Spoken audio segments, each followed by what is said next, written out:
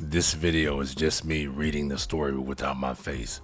This is the old format where people stole a lot of videos, and now I place a stationary and moving watermark in the videos with the new format. You will also see the backgrounds I used in these videos, the beach and possibly the Skyway Bridge. These backgrounds are places I go to on a regular basis. As most of you know, at least the OGs know, I live in Florida. I wanted to show you the old format for you new folks. Someone made a comment they thought I was AI because they never saw my face. Well, the last 50 plus videos before this one proves I am far from AI. This story has 3 updates. Let's get to it. My wife cheated with her gym trainer. She demanded half of everything in our divorce, but she didn't know my dad secretly owned our house and savings.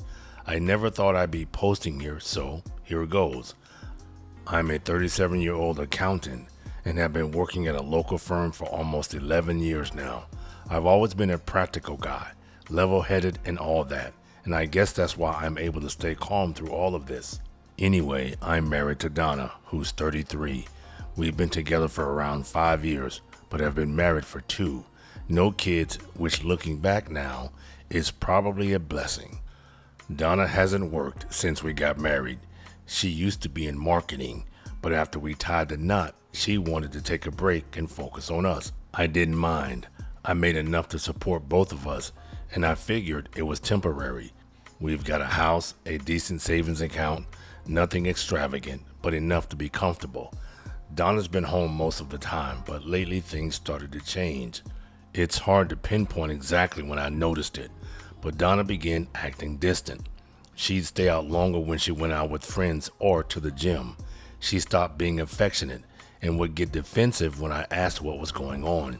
At first, I chalked it up to stress or just a rough patch in the marriage, but as the weeks went on, I couldn't shake the feeling that something was going on with her. And boy, was I right. One evening while Donna was in the shower, her phone buzzed with a message, and out of pure reflex, I glanced over at it. It was from a guy named Paul.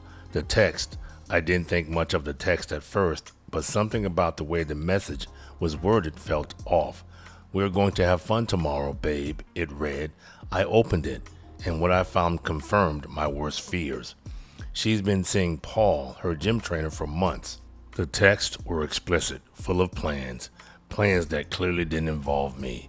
I sat there, frozen, staring at the phone. I couldn't believe it, but instead of rage or sadness, I just felt numb. Maybe it was the shock, or maybe it was my pragmatic nature kicking in, but I knew I had to confront her without losing my cool. When she came out of the bathroom, I calmly handed her the phone and asked her to explain. At first, she tried to deny it, saying it was nothing, just a joke. But when I read some of the texts back to her, she realized there was no point in lying. "I want a divorce," she said, with no sign of remorse, no apology, no guilt, nothing. Just a cold, detached statement. She admitted she'd been seeing Paul for a while and that she wasn't happy in our marriage anymore. She didn't bother to sugarcoat it. She was leaving me for him. But really threw me was her next move. Without missing a beat, she started talking about dividing assets. She said she wanted half of everything, the house, the savings, everything we'd built together. She even suggested she deserved it because she had sacrificed her career to support mine. I couldn't believe the nerve. I stayed calm though. Maybe it's because I'd already emotionally checked out at that point, or maybe because deep down I knew something she didn't. So I agreed. I told her if she wanted a divorce, I wouldn't fight her for it. She could have half of what she thought I had. She looked surprised, probably expecting a fight or some sort of emotional breakdown, but I wasn't about to give her that satisfaction. What Donna didn't know, and what I didn't feel the need to tell her, was that almost all of our assets were in my dad's name. You see, my father is a shrewd man. Years ago, when I first started making decent money, he suggested I put all my major assets in his name. He explained that it would be a safeguard in case anything ever went wrong in the future, whether it be debts, lawsuits, or, As it turns out, a cheating spouse. At the time, I didn't think much of it. It just seemed like smart financial planning. So, when Donna demanded half of everything, I knew she wouldn't be getting what she expected. On paper, I didn't have much, just a modest bank account, a car in my name, and a few other odds and ends. The house technically belonged to my dad. The bulk of my savings was also in accounts under my dad's control. Instead of getting into a messy court battle, I suggested we handle things through mediation. I figured it would be easier and cheaper for both of us that way. She agreed, clearly thinking she'd walk away with a significant chunk of my assets. Little did she know, this arrangement with my dad had been in place for years, and honestly, I had forgotten about it until the divorce talks began. It wasn't that I had planned for a scenario like this, but I can't deny that I am grateful for my father's foresight. The house we lived in was technically owned by him, as were most of the investments and savings that Donna had her eyes on. I had always kept a low financial profile in my own name, living modestly enough that no one, including Donna, really questioned it.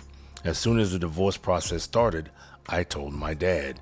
He wasn't thrilled about the situation. What father would be? But he understood the importance of keeping everything tight-lipped. We consulted with a lawyer just to ensure that everything was airtight and legally sound. Turns out everything was in perfect order. Donna could demand all she wanted, but there wasn't much in my name for her to take. Donna didn't waste any time. She hired an aggressive divorce attorney, one of those sharks that promises to take everything they can. Meanwhile, I hired a low-key but reputable lawyer, someone who specialized in cases like mine, where there were tricky financial dynamics at play. I didn't want to make a big scene out of this, but I also wasn't about to let Donna and her lawyer push me around. The first step in the divorce process was asset disclosure, which, as you can imagine, didn't go as Donna had planned. I laid everything out in full, just as required by law, but when she saw how little there actually was in my name, her lawyer's confident grin faltered. I could tell they were both confused, maybe even suspicious, but there wasn't much they could do about it. Everything I provided was truthful, and there was no hidden assets. She then started berating me right there while calling me an asshole and accused me of lying, but like I said, I provided everything I had. After a bunch of accusations and raised voices, I left and said that we would discuss everything once she calmed down.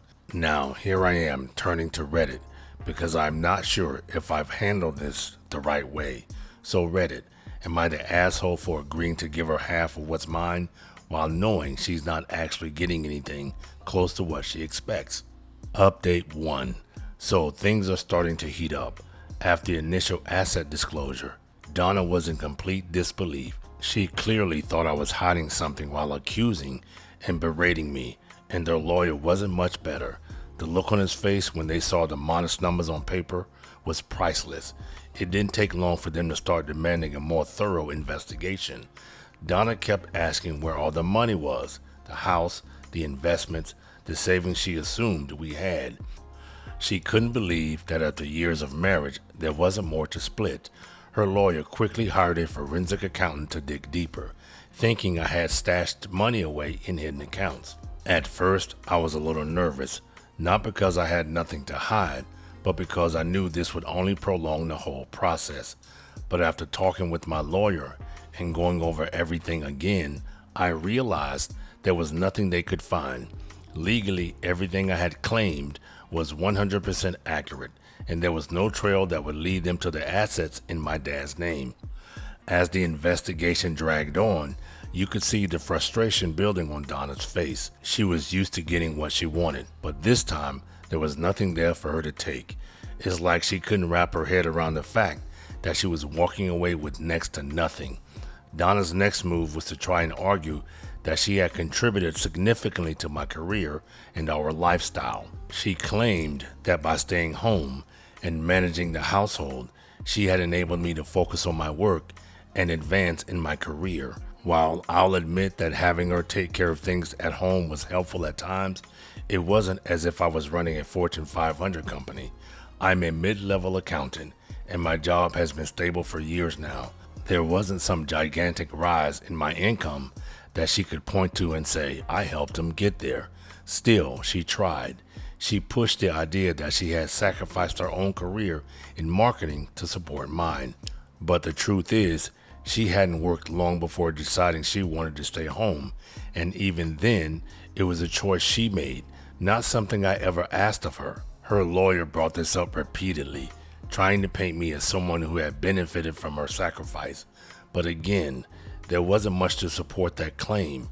At one point, they even tried to involve my parents in the proceedings. Donna wanted to prove that they had been giving me money under the table, or that I had been hiding assets with their help. This part made me especially angry. My parents had nothing to do with this, and dragging them into it was a low blow. Fortunately, my lawyer was able to shut down those attempts quickly, but it was clear Donna was getting desperate. As the divorce proceedings dragged on, Donna decided to take things into her own hands. If she couldn't get what she wanted through the courts, she was going to try and ruin my reputation in other ways. She started telling everyone in our social circle that I had been hiding money from her, that I had been financially abusive throughout our marriage.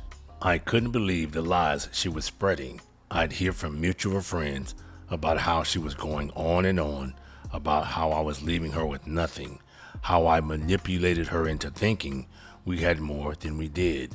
She even took to social media, posting vague but pointed comments about narcissistic partners and betrayals. Some people sided with her, of course. There are always people who will take the side of the person who looks like they've been wronged. But most of our closer friends knew better. They knew I wasn't the type to do something like that. It was frustrating to see her try to ruin my reputation just because things were not going her way. But I tried not to let it get to me. I knew the truth, and the people who really mattered knew it too. Besides, I had bigger things to focus on, like making sure she didn't take me for more than she deserved. While Donna was busy running a smear campaign, I was making sure all my bases were covered. My lawyer and I were in constant communication, making sure we had all the evidence we needed to prove my side of the story.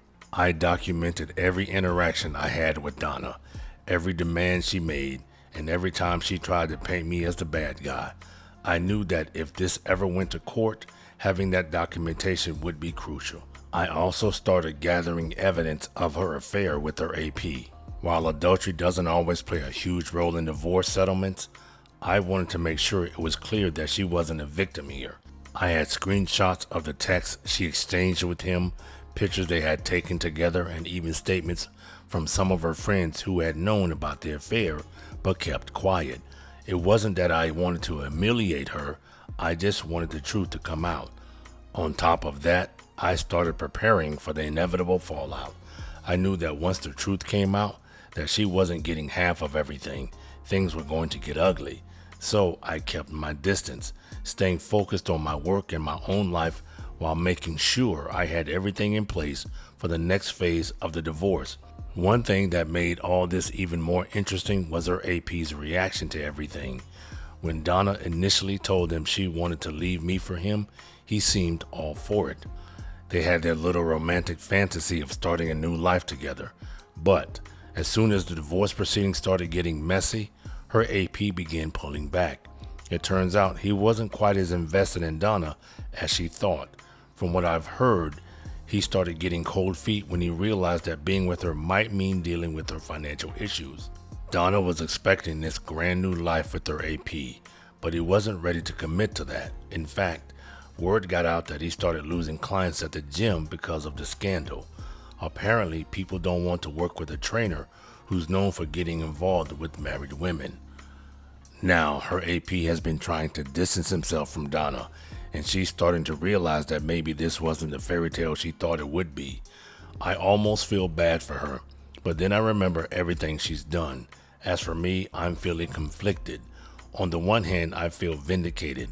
I'm glad that I protected my assets, and I'm glad that Donna isn't walking away with what she expected. But at the same time, I can't help but feel a bit sad. This was my marriage after all. I loved Donna once, and I thought we would last forever. Seeing it all fall apart like this is tough, even if I know it's for the best. Update 2. Things have taken a wild turn since my last update. Donna is getting desperate and is starting to show in the worst ways. She's clearly realized that she's not going to get the payout she expected from this divorce, and now she's trying to make my life hell. The latest is that she's been making threats about ruining my career and my reputation at work.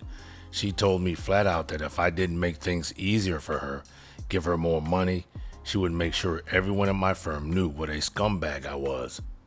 At first, I wasn't sure what she meant, but it became clear when she started showing up at my office unannounced. The first time, she was calm, pretending like she just needed to talk. But when I told her there was nothing more to discuss, she snapped. She started raising her voice, saying things like, "I'll make sure everyone here knows the truth about you." Fortunately, I was able to get her out of there before it escalated further, but it's clear she's becoming unpredictable. Her behavior at home, well, her temporary home with her parents, has been erratic too. After realizing she wasn't going to walk away with the big payday she expected, she moved back in with her parents. From what I've heard, things haven't been going well for her there.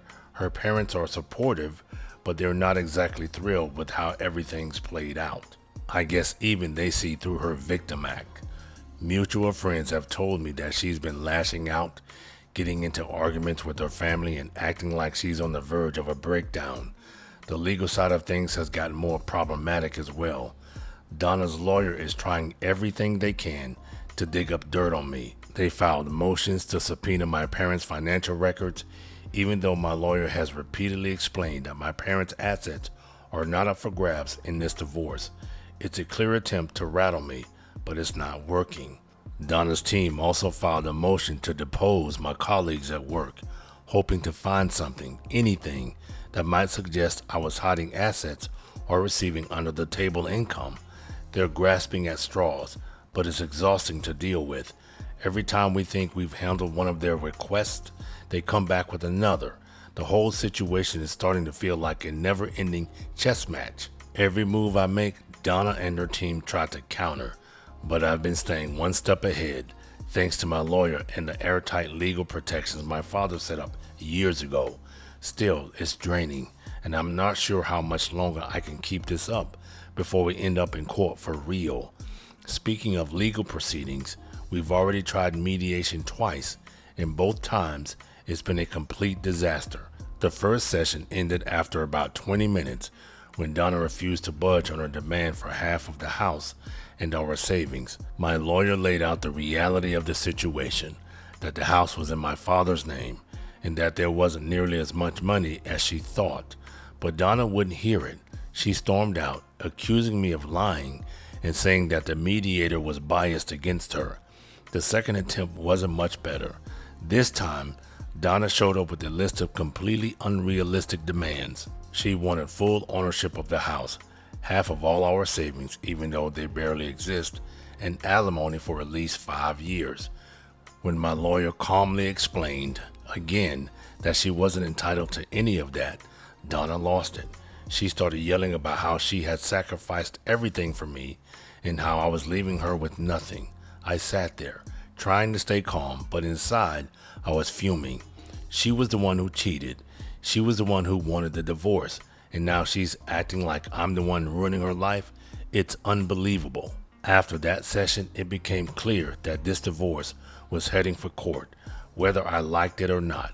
On top of that, Donna's been borrowing money from her family and friends to cover her legal fees. She clearly didn't expect the divorce to drag on this long, and now she's running out of funds. I'm not exactly sure how she plans to keep paying her aggressive lawyer, but that's not my problem. The more desperate she gets, the more erratic her behavior becomes. Mutual friends have told me she's been spending most of her time at home, venting to anyone who will listen about how I've ruined her life.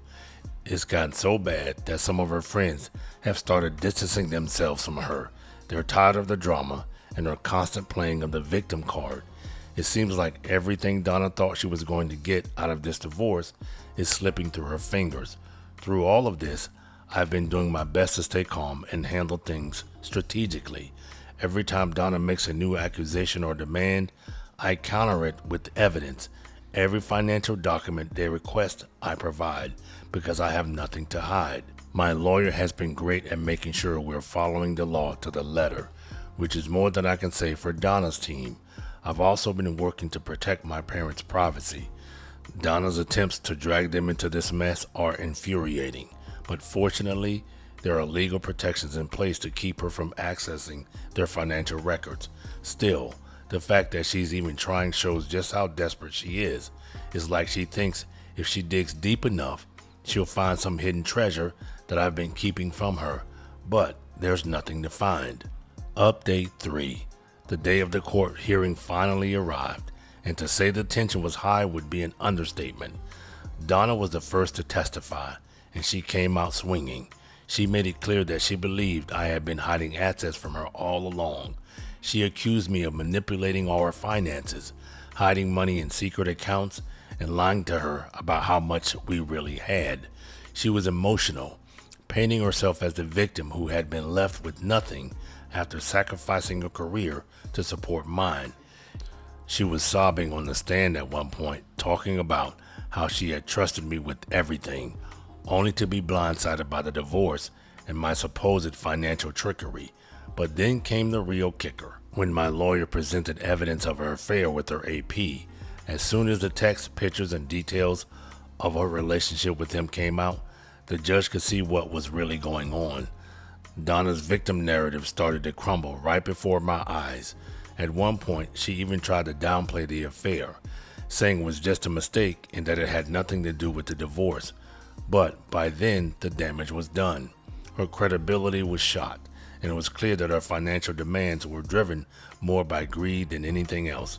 When it was my turn to testify, I made sure to stay calm and stick to the facts. My lawyer had prepped me well, and I knew that getting emotional or defensive wouldn't help my case. I went over everything, how my assets had been structured in my father's name for years, how I had provided full financial disclosures, and how I had tried to handle the divorce amicably through mediation. I also testified about Donna's threats, her erratic behavior, and the smear campaign she had been running. My lawyer presented documentation of all the accusations she had thrown at me, both publicly and in court, and showed how baseless they were. We laid out the truth about our finances. The house belonged to my father. Our savings were modest at best, and there was no secret stash of money that she could lay claim to. The judge seemed to appreciate my straightforwardness. I didn't try to vilify Donna, but I didn't sugarcoat the reality of what had happened earlier. The facts were clear, and I made sure to present them without drama or exaggeration. A few key witnesses were called during the trial, and their testimonies helped seal the deal. First, my father took the stand.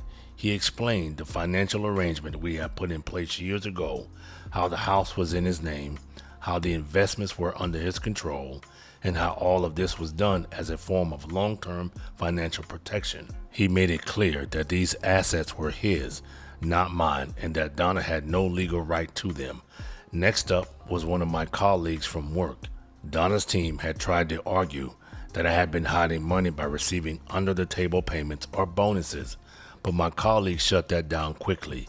He testified about my modest income and my regular, transparent salary. There were no secret bonuses, no hidden sources of income, just a straightforward paycheck that I had disclosed. These witnesses were crucial in showing that Donna's accusations were baseless. The judge could see that there was no grand conspiracy on my part, just a simple, transparent financial arrangement that Donna had never bothered to understand. After days of testimony and legal arguments, the judge finally delivered the verdict. It was a huge relief to hear the words divorce would be granted in my favor. Donna's demands for half of the house and our savings were denied outright. The judge ruled that because the house and most of our assets were in my father's name, Donna had no claim to them.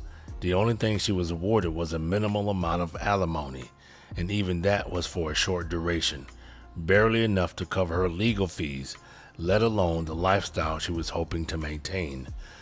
The judge made it clear that Donna's affair and her lack of contribution to the household finances played a role in his decision. He saw through her attempts to paint herself as a victim and ruled accordingly. As the decision was read out, I felt a massive weight lift off my shoulders. The months of stress, the constant accusations, the fear of losing everything, all of it melted away in that moment. I knew that legally I was in the clear. Donna, on the other hand, didn't take the verdict well.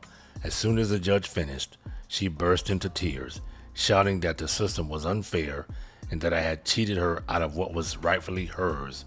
She stormed out of the courtroom, leaving a lawyer looking exasperated. I'm not sure what she expected, but it was clear that she hadn't prepared herself for the possibility of losing. For me, the immediate feeling was one of relief. I thanked my lawyer, who had done a great job throughout the whole process, and headed out of the courthouse.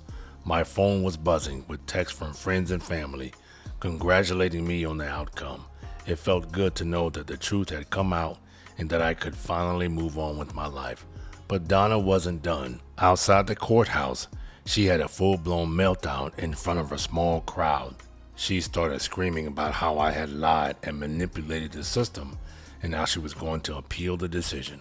The problem is, she doesn't have the money to do that. Her lawyer made it clear during the proceedings that she was running out of funds, and from what I've heard, she's still borrowing money from family and friends just to get by. That being said, I'm incredibly grateful for my father's advice and foresight when it came to protecting my finances. Without his help, who knows what kind of mess I'd be in right now. I'm also thankful for the support of my friends, family, and colleagues who stuck by me even when Donna was spreading rumors and trying to destroy my reputation. Looking forward, I'm hopeful. I know it's going to take time to fully recover from this, both emotionally and financially, but I'm ready to move on with my life. I've learned some valuable lessons from all of this, and I won't be making the same mistakes again. For now, I'm just focusing on getting on with my life and enjoying the peace that comes with having this chapter finally closed. Remember, this is the old format.